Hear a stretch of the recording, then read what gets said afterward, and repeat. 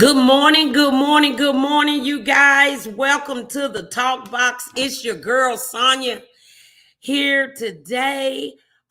You know what we say? Every day above ground is a good day. It's a day to get some things right that we didn't have quite right on yesterday. So I am so glad and grateful to have my guest here. Dr. Lashonda Greenwood is on live with us today, and we are figuring this thing out. Your mental matters. Good morning, good morning, good morning, Dr. Greenwood. How are you? Good morning. Good morning. I'm doing well, thank you. It's good to see you this morning. I'm glad and grateful to have you on today, especially with your mental matters. We talk about all the time here on the Talk Box. We talk about how important it is to lead a balanced life, but there's been a lot of stigma in regards to mental health. There's been a lot of stigma, and I thought to myself, what great way to get somebody on, a Black woman like me, somebody who looks like me, who is in your field. So Mm-hmm. I'm so grateful for you to be here today. And when you say mental matters, what made you go into that line of work? Well, first of all, let me thank you for having me. I appreciate this opportunity. But yeah, especially in our community, mental health, uh, there is a stigma attached to mental health, and specifically, like we all deal with it, but Mhm. so Black women have their own set of mental health things going on, and then Black men have theirs. You know. And Right. I'm not excluding anyone else. I'm just speaking, Hmm. for our community. Yeah. And so what made me want to go into this field is that um it's not talked about. Like, we just don't talk about it. It's getting better now. But we Hmm. used to never talk about, you always had the cousin or the uncle that was in the back room, and mom would take them plates or grandma would take them plates or whatever. It wouldn't come out. And so, yeah, that's why I wanted to get into this field, just so it can be people that look like us, Hmm. because we're not very trusting of not just mental health, but All physicians in around, general. all Right, around. right, right. Right. So I think it helps to have someone that looks like you.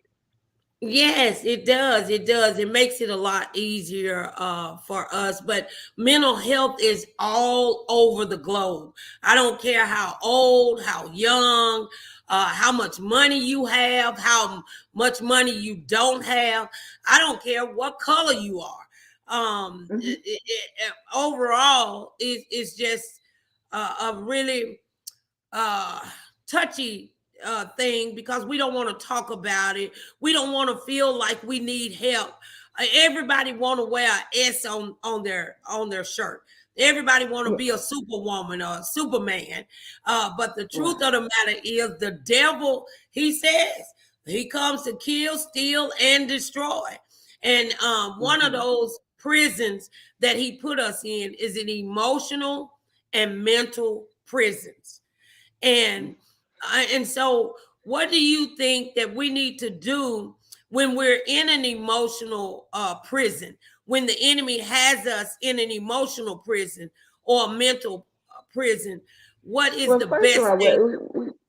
yeah, we all deal with some kind of depressive symptoms, and that doesn't mean that we're clinically depressed, but things happen, and so you get sad or you get anxious, and so I always tell my clients to go ahead and feel it, but just don't dwell in it. So allow yourself to feel it, you know, figure out what the issue is, why am I sad? And sometimes that's hard to identify depending on what's going on.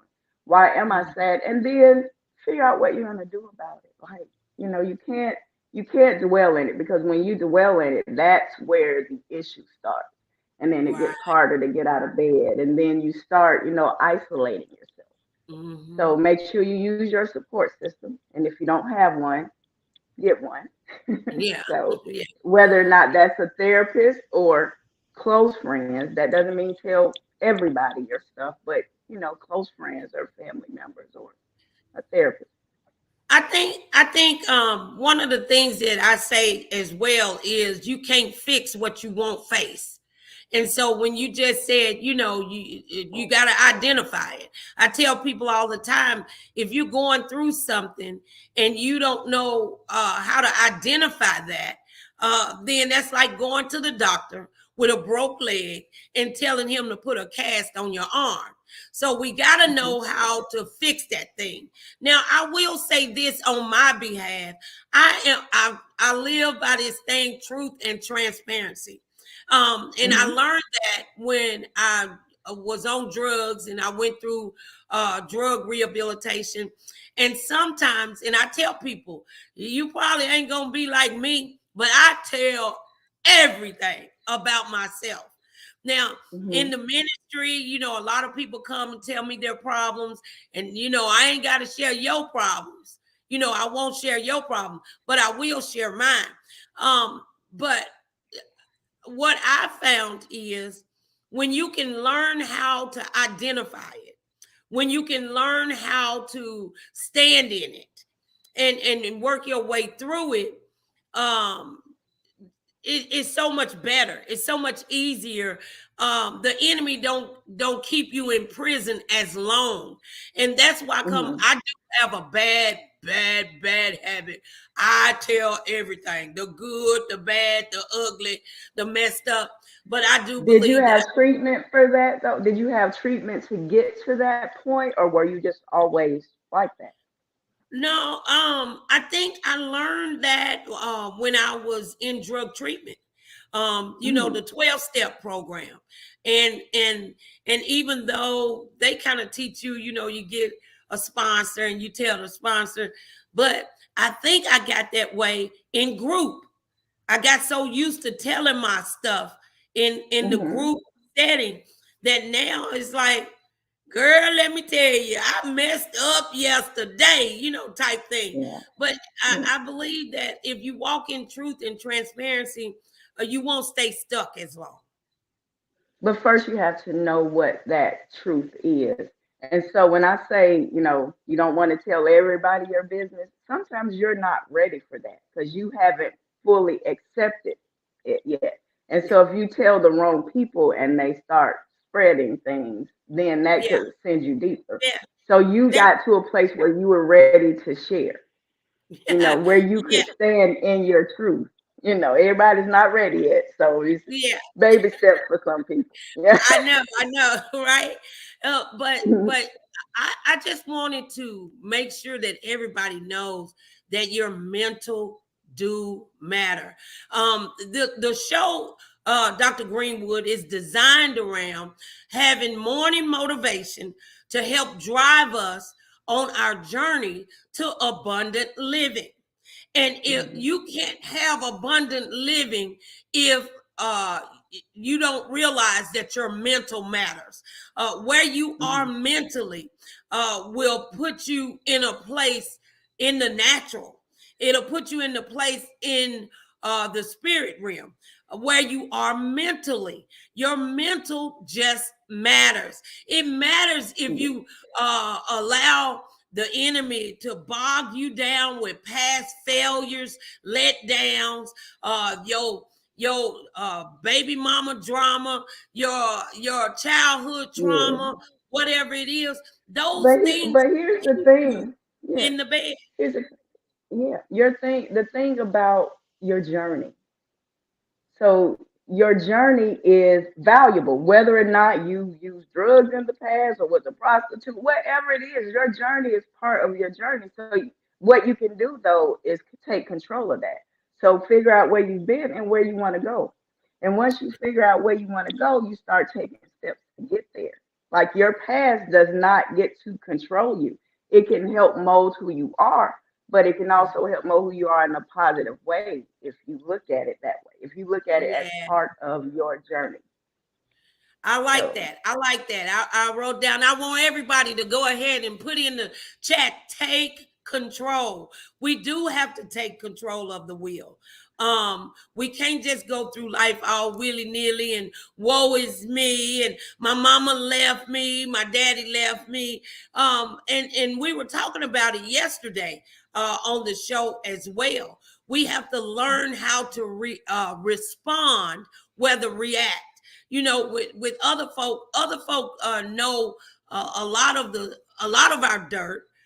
They know, and we can't allow other folk to keep us as a hostage to our mm-hmm, past failures and letdowns. I mm-hmm, think that is very, very important for us to lead a balanced life, because when you're not right mentally, I have been in mental darkness, and it makes you not want to get out of the bed. It makes you not want to get up and go. And then the other thing is, when folks say, well, just do something. Just do something. Sometimes it's not that easy. So when mm-hmm. somebody is in a real hard place, Dr. Greenwood, what would you suggest that they do if their mental is overtaking them? I have a young lady that works for me who says that Mm-hmm. she battles with clinical depression. Mm-hmm. And I thank God that she says, since working for me, she's doing so much better. But what do you suggest when you get in a dark place, when it seems like your house is on fire? It seems like everybody done left you, and you just feel like you're in a pit. What is your suggestion? So I think that it is important to just do something. So like whether or not that means okay, making myself get out of bed to take a shower, because sometimes it's hard to do that. So Mhm. figure out what your end goal is, and you know why that lady says it helps since she's been working for you, because she has a routine. She has to get up. She has something to do. She has to go. She has to be there, right? So you find purpose, and I know some people will say, well, I don't know what my purpose is. Sometimes your purpose is just getting up, taking a shower in the morning, you know, or, calling somebody, like calling a parent or a friend, or if you're in real crisis, then, get a therapist or call crisis, you know. So, and like I said, sometimes it's not bad sometimes to be in the bed for a day, as long as you can propel yourself the next day to say, okay, look, I've been here too long. Let me get up. Let me do something. Mhm. And I hope that people have that support system or develop a support system where people can know, okay, if I don't hear from, like I have a friend now, if I don't hear from her in a couple of days, I will call her and be like, look, if you don't text me and say you're okay, I'm going to do a drive by, you know? So, Yeah, we are our sister and our brother's keepers. yes, yes. And so sometimes she still doesn't want to be bothered, but she'll text me and say, "Look, I'm okay. I just need a minute or whatever." I have someone. We got a lot of comments in the thing, and so I wanted to ask the audience. Do you have any questions for Dr. Greenwood today? If you have any questions, I would like for you to put them in the chat. And we're gonna ask her some questions. I know Miss Ivy said that my past has been my platform for my deliverance. Oh, I Mm. love that. I Amen. love that. Yes, Let your past catapult you into yes. greatness.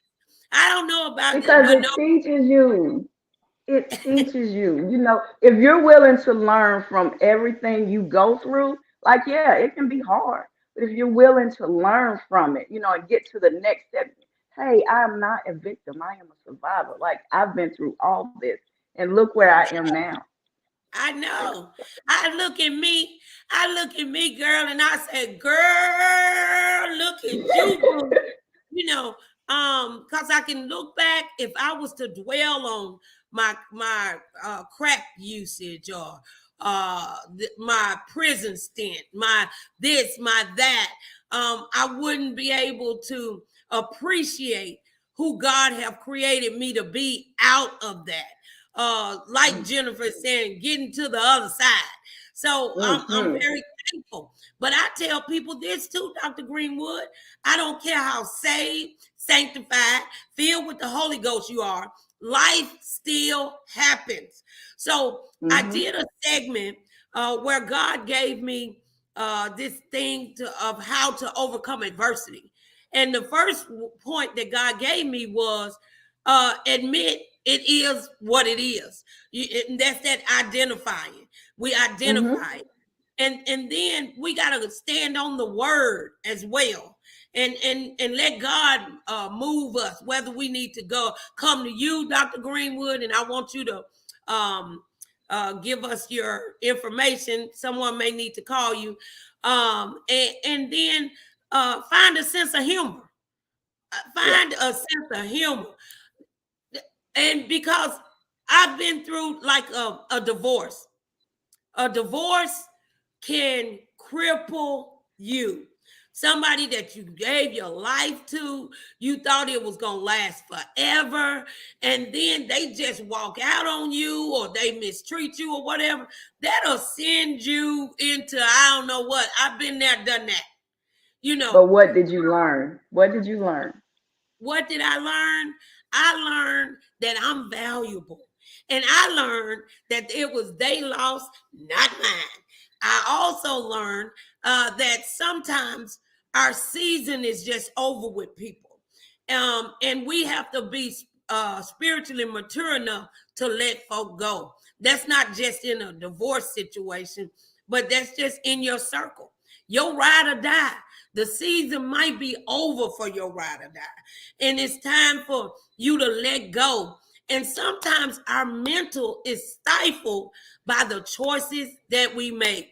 On Monday, we said every day we have a chance and a chance to do something different, and a choice to respond instead of reacting. So, Mm-hmm. hey, this is about honey, Yeah. baby. We trying to get to abundant living, Dr. Greenwood. You got to help us I get there. love it. I love it. I love it. And I love the fact that you know, because a lot of people don't, that you can have God and therapy. Like they're not mutually exclusive. You can have both of them, you know.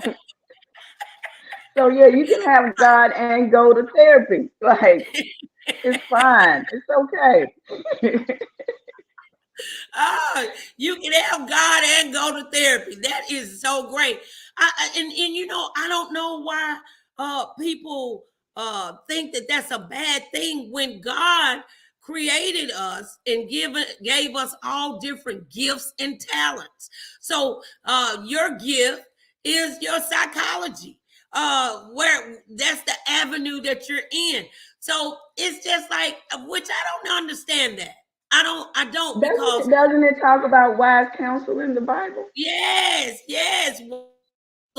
and you would fall up under that bracket. And if you go to the doctor, if you go to the hospital because you fell and you broke your leg, then if something's wrong with your mental, you go to that mental a physician to help you. You know, Hmm. I know that everybody ain't real crazy like me that need therapy. But you know, I love We therapy, all do. We honey. all do. You know, we all do. And sometimes, so I always tell people, you know yourself better than anybody else. Like, I can't tell you about you. You know about you. But what talking out loud helps to do is it helps you process things differently. Because a lot of times we're processing things inwardly, and that just is not effective. So sometimes you can be talking, you can say something out loud, and you'll be like, that doesn't really make sense, you know, or like, what, you know, so it Right. helps to say it out loud so you can process it, number one. Number two, when you come into therapy, it's like a conversation. It's just like me and you now, you know. So you're talking about it, and then I might ask you some questions to help guide you along or whatever. So you can figure out what your next step is. The other thing that I want people to be aware of, and you probably will have to go to therapy to work through it. But a lot of people have issues with their parents. Okay, I get it. That's fine. You have issues with your parents, but you're an adult now. So go process whatever that is so that you Right. can move forward, because Mhm. otherwise you're holding yourself back from something that happened, you know, Yeah. back when, or something And they and did to you then.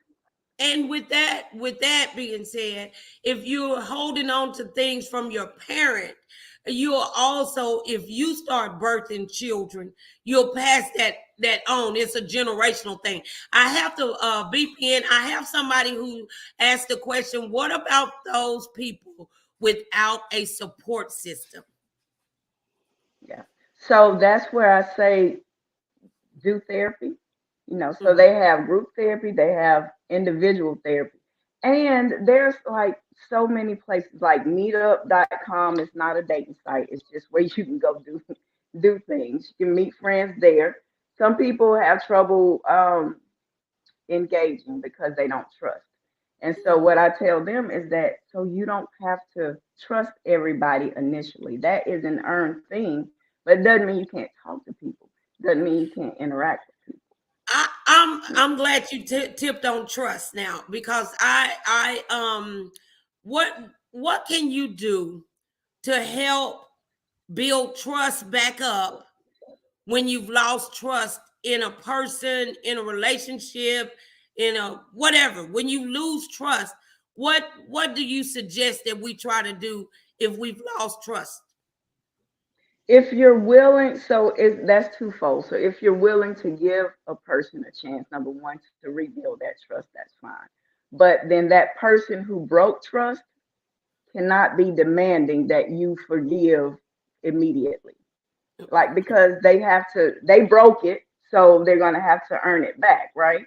Right, So, but you right, have to be willing to give that person a chance to earn it back. Well, not let me not say you have to be willing to. If you are willing to, if you stay in a situation or a friendship that says, okay, I'm going to give you an opportunity. So right. if they are doing the right things, don't keep bringing up the old things. So allow a person to, if you say you're going to allow a person to reestablish trust, allow them to do that.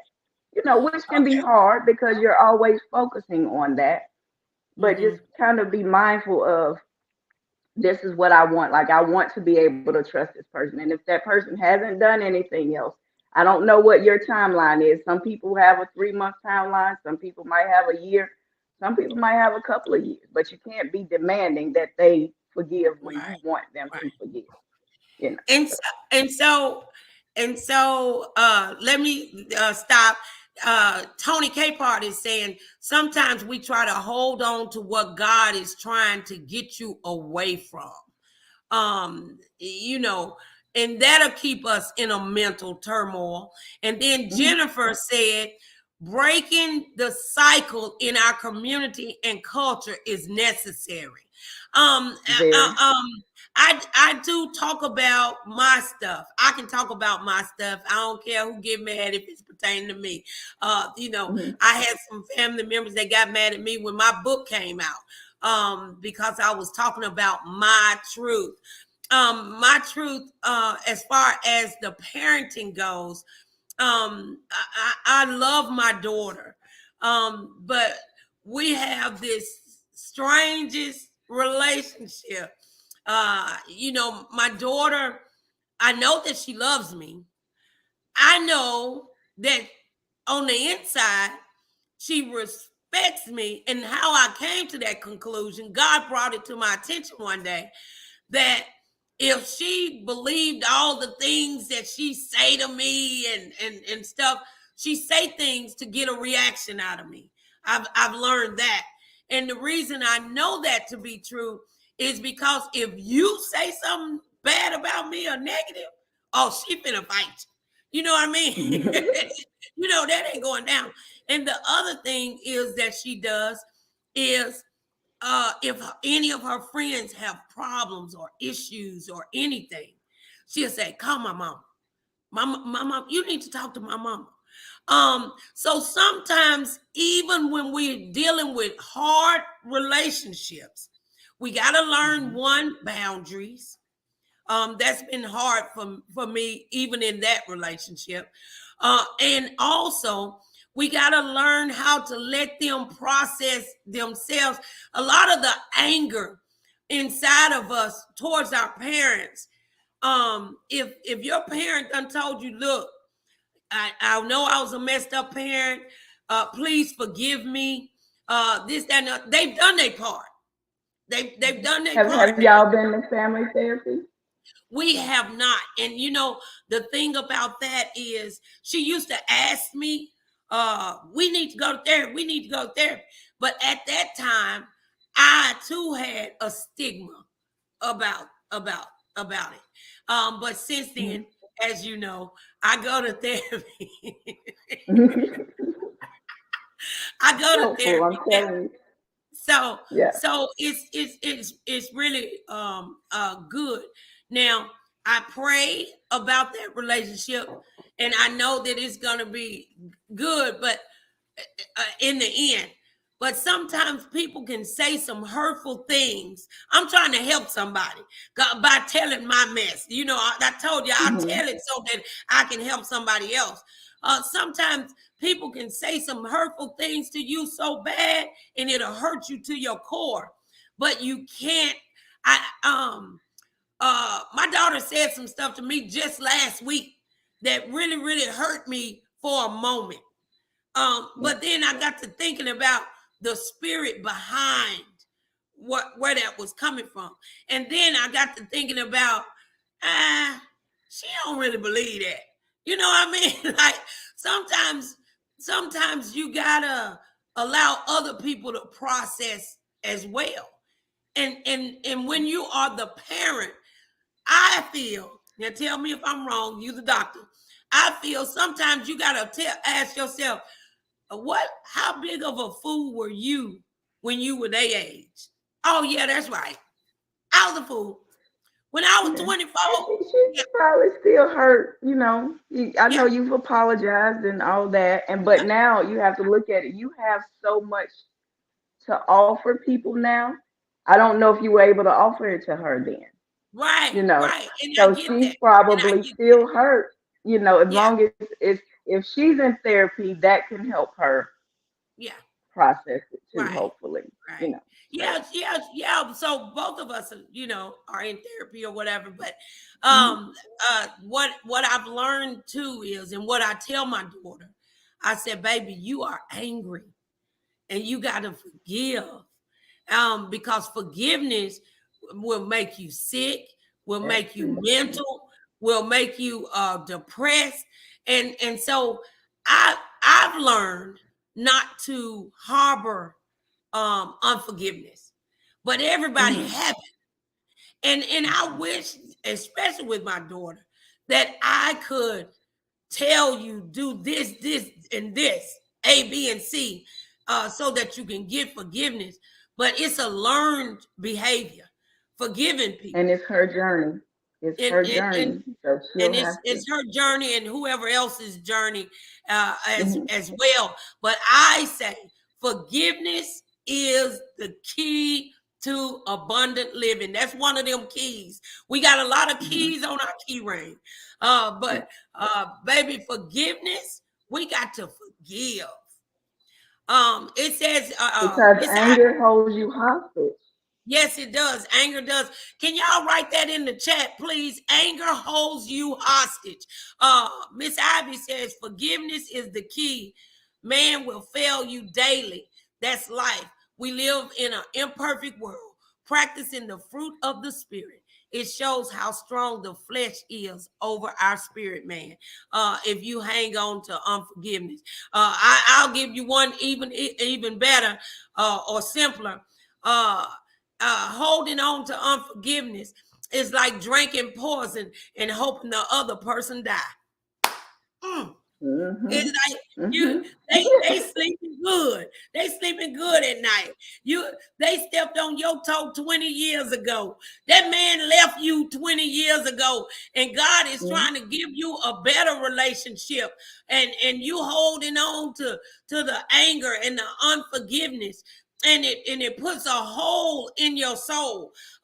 So you got to, honey, you dying drinking that poison of unforgiveness. Unforgiveness is a poison. Yeah. One of my god brothers told me once. So, and this goes with like the not forgiving and relationships that you shouldn't be in. He said God cannot give you what he has for you if you have a placeholder there.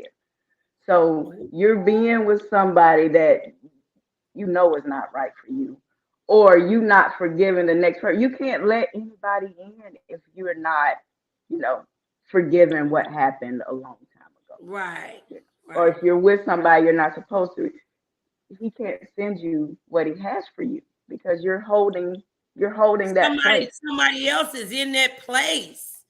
Yeah, yeah. Some of us is in relationships, and not just relationships. I ain't talking about husband, wife, just husband, Hmm. wives, and that sort of thing. Hmm. But some of us is holding on and being in relationships and friendships, and you need to put them on a ship and ship them on out of here because they're not good for you.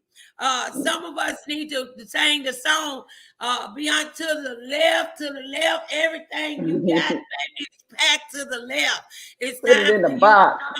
put it in the box, baby, and ship it on out. But the thing about it too, Dr. Greenwood, and I know it's about time for us to go. The time goes by so fast, but your mental does matter. So, Hmm. um, I'm so thankful and grateful that I had you on today. And I hope and pray that we have said something to help people along life's journey. So, do you have any closing remarks? Yes, I just want to say that a lot of people aren't aware of it, but you do get to take control of your journey. You get to first you have to figure out where you want to go and figure out what steps you need to get there. It's okay to Right. be sad. It's okay to be angry. Those are all natural emotions. But it's going to be how you react and what you do with that. Like, are you going to let it drive you to a better place, or are you going to let it hold you down? You know. All right, Dr. So, LaShonda, where can they find you at? um, I am in Smyrna, Tennessee. So What's my that? phone number is 431 Nissan Drive, Suite 200, and that's in Smyrna. All right. And our phone number there is 615-768-1540. And it is Purposeful Life Counseling. 25. 768, I said the wrong number. 615-768-5017. All right. And it is purposeful life, right? All Mm-hmm. right. Because we all want to live a purposeful life. I tell you what, this has been a honey. It's been a blessing. We got to know and understand that God got great things in store for us, and our mental does matter. And God Mm-hmm. wants all of us to be blessed. God wants all of us to have a balanced life. So I just want you guys to know that your mental does matter. And we got Dr. Lashonda Greenwood is waiting for you at 431 Nissan Drive, suite number 200. Phone number 615-768-5017. And I like what you said, Doctor. You said you can go to God and go to therapy. That is a word right there. So I thank you for coming on, being such a wonderful guest on today, knowing that your mental do matter. God bless you guys. And I'll see y'all on tomorrow. Y'all know to meet me here Monday through Friday, 8 a.m. Now, tomorrow, you guys, we got Reverend Dr. James Turner. What about the children? We got a lot going on with our kids. And so we just want everybody to live an abundant life. Remember, you have permission and authority to live an abundant life. God bless you, and you have a great day. Thanks, Dr. Greenwood.